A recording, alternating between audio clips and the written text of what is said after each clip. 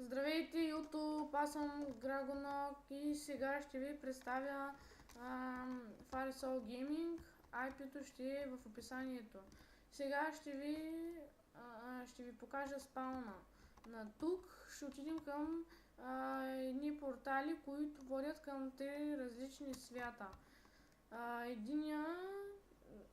Този може да ходят само в Елдария могат да ходят само мегаозери.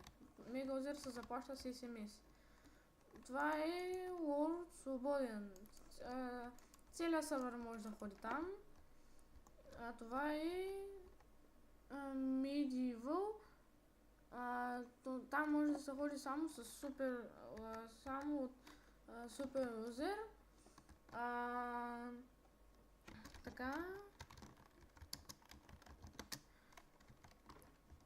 Сега, като напишете WARP SMS, ще отидете ето тук. Наляво ще видите правилата на Farisol Gaming.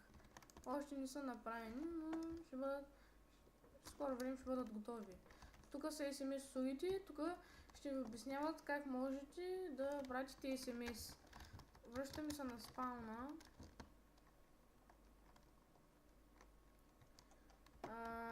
Сега ще ви покажа Mini Games Please. На ето това дърво има две табели, които показват как можете да влезете да играете. Кликаш на едната табела, влизаш в арена 1, кликаш на втората и влизаш в арена 2. Така.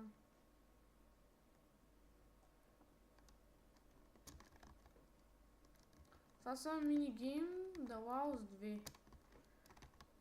Пак на това дърво има две табели. Сега ще прочетем какво пише. Тук пише как можете да влезете да играете в The Laos.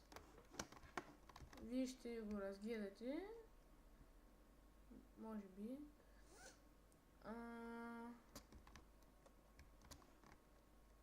Това е минигейм Skyblock. Чакайте малко. Това е Ready Hicks. Ето го. Нали, тук е обяснено как можете да отидете в Skyblock. Чакайте. Остана още едно място.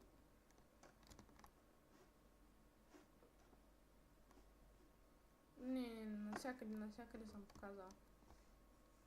Това е от мен. Ще кача втори клип.